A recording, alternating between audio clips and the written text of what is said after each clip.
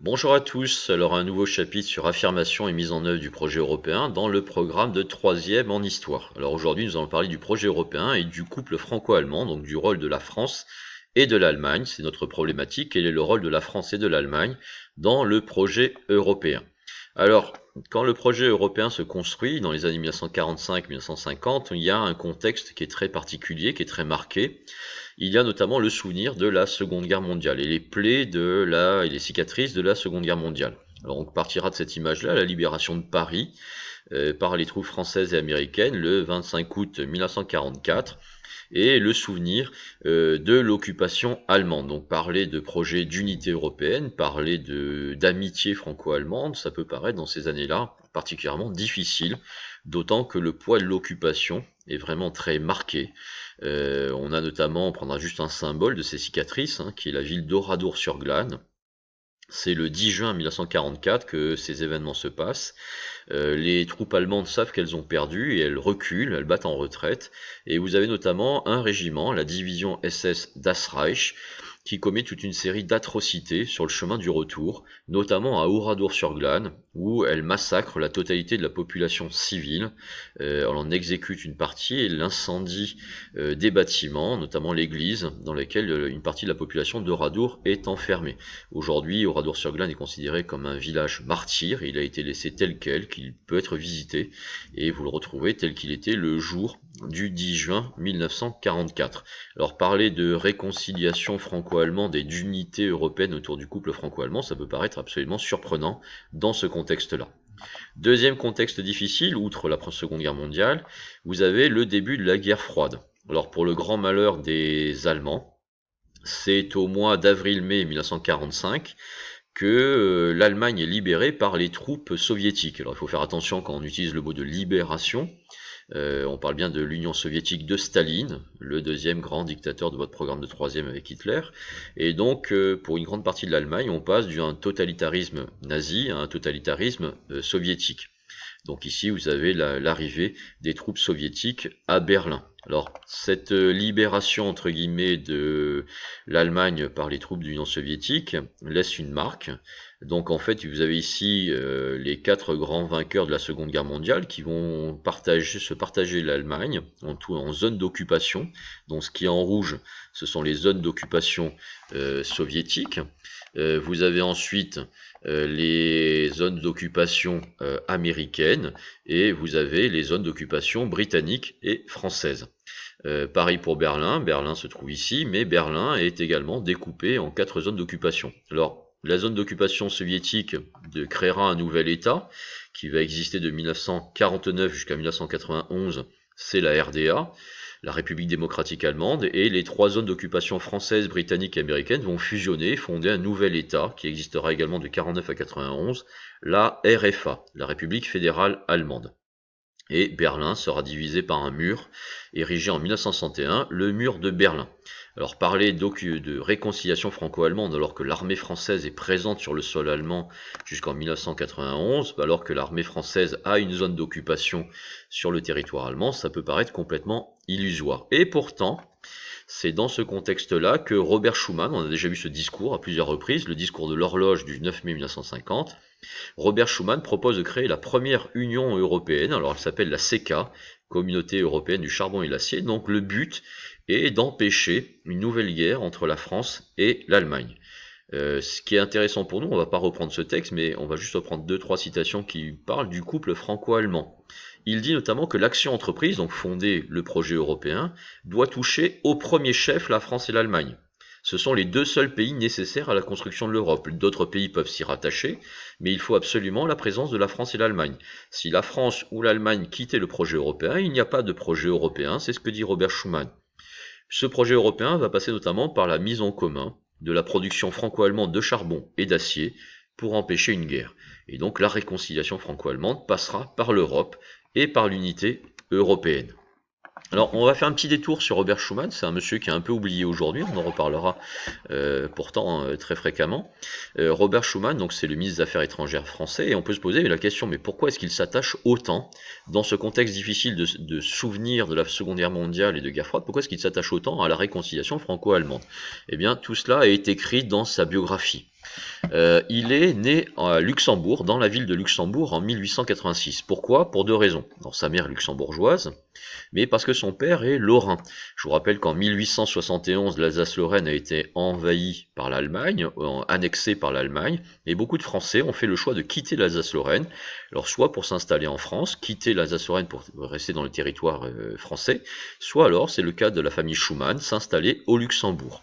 Alors pour des questions purement pratiques, la famille Schumann va finalement s'installer en Allemagne, et c'est à Bonn, en Allemagne, que Robert Schumann va faire ses études de droit à l'université de Bonn, et c'est tout logiquement qu'en 1914, Robert Schumann, le soldat Robert Schumann, va combattre dans l'armée allemande.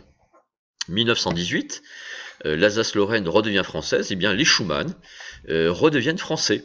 Robert Schumann, qui a combattu dans l'armée allemande de 14 à 18, devient désormais devient désormais citoyen français, et il devient député de la ville de Metz, Metz, qui était une ville allemande, devenue française en 1918. Alors si on continue rapidement sa biographie, il a voté les pleins pouvoirs au maréchal Pétain en 1940, à son grand déshonneur, mais pour réhabiliter un petit peu le personnage, il a été très rapidement arrêté par la Gestapo, parce qu'il ne partage pas du tout le projet pétainiste ni le projet hitlérien. Et puis il deviendra ministre des Affaires étrangères français de 48 à 52, où il se distingue par la réconciliation franco-allemande et le projet européen. Alors ça, c'est ce qu'on appelle typiquement un homme des frontières. Si on avait expliqué pourquoi est-ce qu'il s'intéresse à la réconciliation franco-allemande, pour une raison très simple, eh bien regardez où est-ce qu'il habite. Il a été député de Metz, sa famille et sa mère est originaire du Luxembourg, il a combattu dans l'Allemagne qui se trouve juste à côté, et donc ici vous avez l'Alsace-Lorraine, il est dans une famille qui a vécu tout au long de ses frontières, et selon les aléas de l'histoire, il est devenu français, luxembourgeois, allemand, il traversait les frontières sans aucune particularité. Alors nous, pour aujourd'hui, on le voit comme un ministre français, mais ça n'a pas toujours été le cas. Alors je vous ai mis quelques petites citations, notamment de Jacques Duclos. Alors Jacques Duclos, c'était le chef du Parti communiste français, et quand il avait vu arriver Robert Schuman en novembre 47 dans l'hémicycle de l'Assemblée nationale, il s'était mis à crier « Vive, voilà le Boche !» C'est comme ça qu'on voit encore Robert Schuman. Et puis cette phrase, alors apocryphe, ça veut dire qu'on n'est pas tout à fait sûr que le général de Gaulle l'ait prononcé, mais s'il l'a pas prononcé, de toute façon il le pensait. Hein. Il n'y a aucun doute là-dessus, le général de Gaulle aurait dit « Schuman, c'est un Boche, un bon Boche, mais un Boche quand même ». Tout cela pour rappeler qu'il a combattu en 14 dans l'armée allemande, qu'il a changé plusieurs fois de nationalité. Mais ça explique son intérêt pour le projet européen. Alors moi j'aimerais m'arrêter sur un autre personnage, qui est un peu l'oublié de l'histoire, qui est Lucien Taradin. Alors Lucien Taradin, il est connu pour avoir été le premier maire gaulliste de Montbéliard. Montbéliard, c'est ici, hein, c'est dans ces régions frontalières. Hein. Là, vous avez Montbéliard et ici, vous avez l'Allemagne. Donc on est vraiment dans ces régions où l'identité française, allemande est assez fluctuante. Il y a des liens entre tous ces différents pays. On est à quelques kilomètres de l'Allemagne. Il a été soldat et prisonnier en Allemagne en 40-42. Il est entré dans la résistance en 42, il a été déporté dans le camp de concentration de Buchenwald et il est devenu maire de Montbéliard en 45. Donc gaulliste, déporté, soldat français, prisonnier, tout devrait le pousser à la haine de l'Allemagne. Eh bien au contraire, il est celui qui a imaginé et fondé les jumelages. Alors, le premier jumelage, je vais vous expliquer ce que c'est, a eu lieu entre Montbéliard, la ville française de Montbéliard, et la ville allemande de Ludwigsburg. Alors un jumelage, c'est quoi? C'est l'idée qu'il fallait que les municipalités, les villes, les citoyens devaient faire en sorte qu'il y ait une réconciliation rapide entre la France et l'Allemagne au nom d'une certaine fraternité européenne. L'idée, alors là je vous lis un serment de jumelage proposé par un militant européen qui s'appelle Max Richard. L'idée était de maintenir des liens permanents entre les municipalités de nos communes, de favoriser dans tous les domaines des échanges entre les habitants pour développer une meilleure compréhension mutuelle et le souvenir vivant de la fraternité européenne.